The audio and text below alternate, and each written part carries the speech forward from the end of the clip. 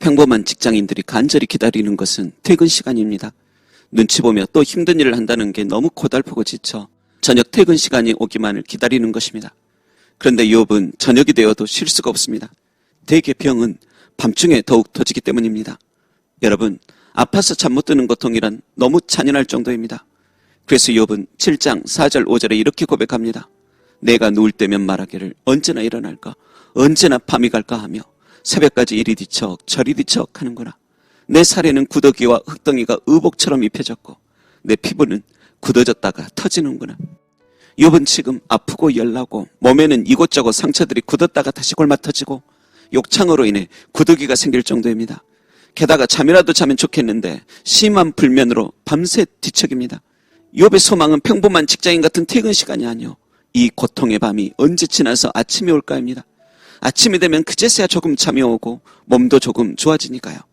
여러분, 이런 인생을 산다면 사람은 자기 자신을 하찮게 바라볼 수밖에 없습니다.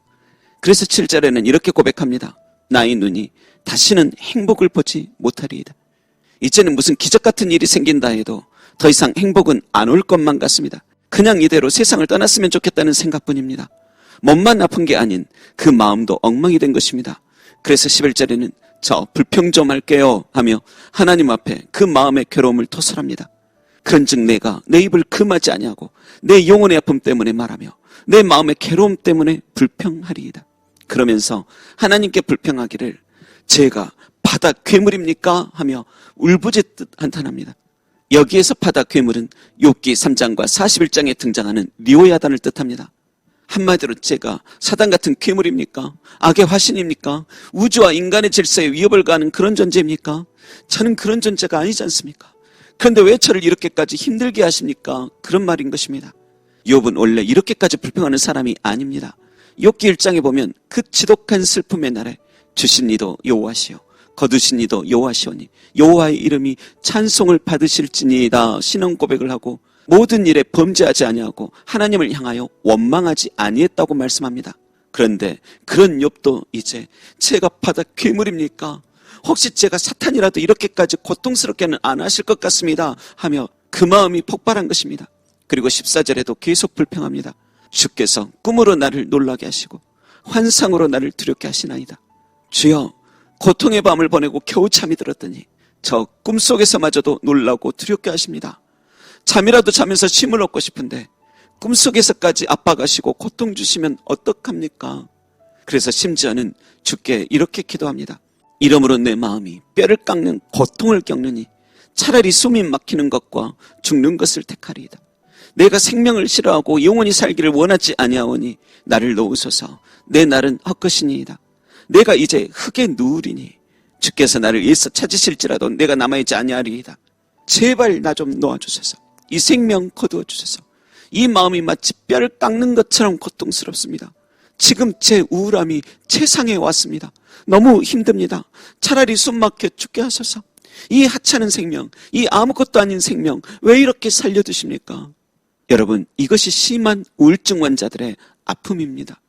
그런데 사람들이 함부로 욥의 친구들처럼 이래라 저래라 너 그 정도도 못하니 하며 훈계하는 게 과연 귀에 들어오겠습니까? 여러분, 그래서 극도로 우울한 사람에게 가장 필요한 것은 기도와 곁에 있어 보호해준 뿐입니다. 그래야 그 사람이 덜 위급합니다. 그런데 여러분, 욥은 아무리 이렇게 말은 하고 있을지라도 스스로 생명을 끊지 않았습니다. 그 상황 속에서도 계속 하나님과 대화 중입니다. 쉬지 않고 주님을 찾고 있습니다. 불평이든 절망 속의 한탄이든 그런 것을 넘어 계속 주님과 함께 이야기하고 있습니다.